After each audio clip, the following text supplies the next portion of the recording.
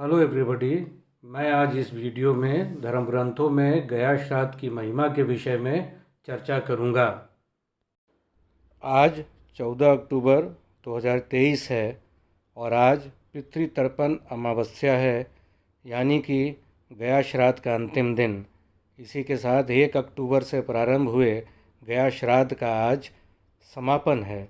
ऐसी मान्यता है कि आज अमावस्या के दिन पितृतर्पण करने से इसका अधिकाधिक लाभ प्राप्त होता है।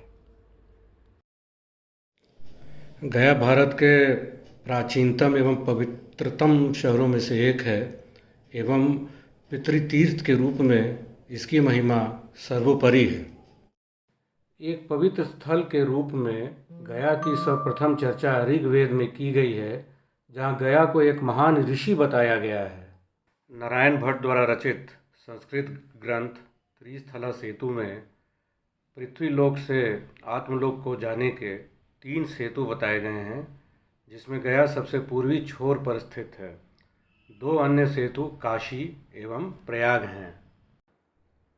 पितृतीर्थ के रूप में गया की महिमा का उल्लेख हमें अनेक पुराणों से मिलता है, जैसे वायु पुराण, गरुड़ पुराण, अग्नि पुराण इत्यादि। वायु पुराण के अनुसार किसी व्यक्ति के अनेक पुत्र होने चाहिए, जिसमें से कोई एक जाकर गया में पितृतर्पण करे।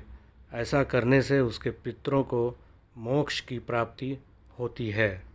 वायु पुराण के अनुसार गया राक्षस के शरीर पर अवस्थित है, जिसने देवताओं से घनघोर तपस्या कर यह वरदान प्राप्त किया था कि उसके शरीर में सारे देवताओं का वास हो। गरुड़ पुराण में गया को तीर्थों में सर्वोत्तम माना गया है। मत्स्य पुराण के अनुसार गया एक पितृतीर्थ है। अग्नि पुराण में विस्तृत रूप से गया में पितृतर्पण के विधान की चर्चा की गई है तथा अग्नि पुराण में यह वर्णन किया गया है कि जब कोई पुत्र पितृतर्पण करने के लिए गया पहुंच जाता है तो उसके पितर बहुत खुशी मनाते हैं, उल्लास बनाते हैं कि लो पुत्र आ गया, जो हमें जन्म जन्मांतर के बंधन से अब मुक्त करेगा गया में तर्पण कर। अग्नि पुराण अध्याय 114 में फल्गु नदी की महिमा का बखान किया गया है। अग्नि पुराण में यह कहा गया है कि जो व्यक्ति फल्गु में स्नान करता है और भगवान गदाधर की पूजा करता है, उसने अच्छे कर्मों द्वारा प्राप्त होने वाली सारी चीज़ों को प्राप्त कर लिया है।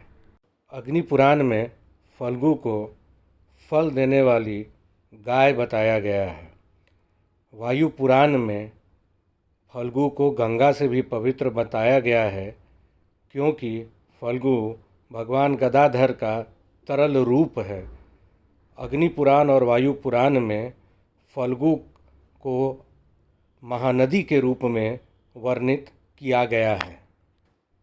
गया में पितृतर्पण के वेदियों के विषय में अलग अलग मान्यताएं हैं।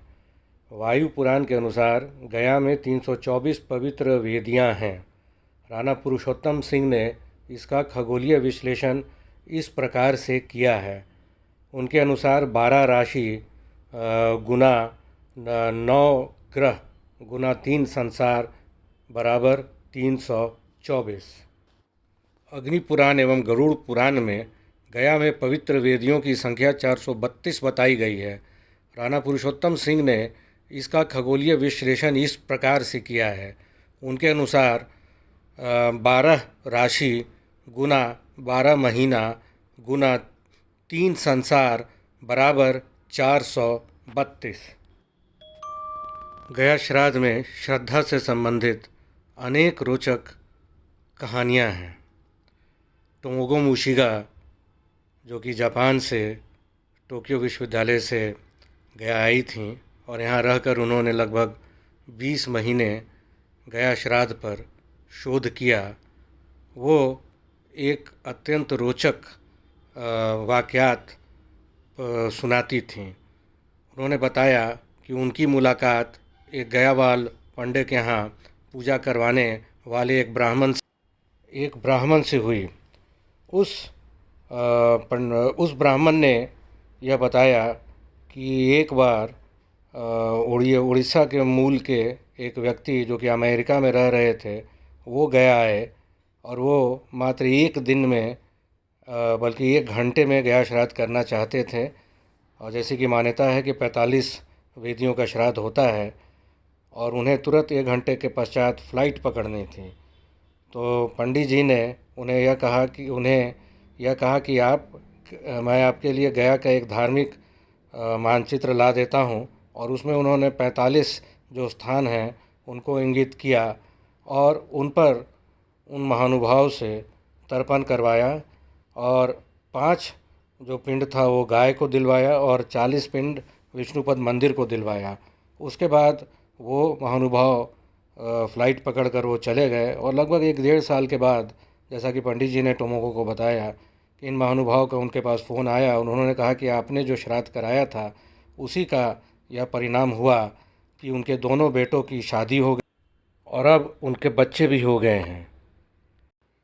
इसी प्रकार की एक अन्य कहानी मेरे स्वर्गीय दादाजी मंगलाकांत प्रसाद सिन्हा, जो कि पेशे से इंजीनियर थे ब्रिटिश सरकार के समय में और बड़े आधुनिक प्रवृत्ति के भी व्यक्ति थे, वो बताते थे कि जब वो छोटे थे, उनकी 1902 ईस्वी में उनका जन्म था, तो गया में ही उनका जन्म हुआ था। जब वो छोटे थे तो गया में काफ़ी ये चर्चा हुई कि दक्षिण भारत से एक परिवार आया हुआ है जो कि एक टोकरे में सांप लेकर आया है, जहरीला नाग। और जो चर्चा में बात आई कि इस नाग ने संभवतः उस परिवार के मुखिया को यह स्वप्न दिया था कि मैं तुम्हारा पितर हूँ और फलाने पेड़ के कोटर में मैं निवास करता हूँ, मुझे गया ले चलो और वहाँ तर्पण करो, जिससे कि मुझे यह सर्प योनि से मुक्ति मिल जाएगी। तो ये मेरे दादाजी बताया करते थे कि उनकी माताजी भी इस दृश्य को देखने के लिए वो ले गई थी, जहाँ वे विष्णुपद मंदिर में, जहाँ यह पिंड दान हो रहा था।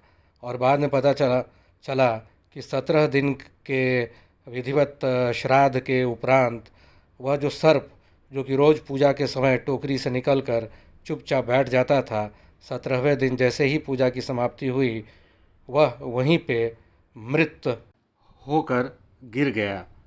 धन्यवाद।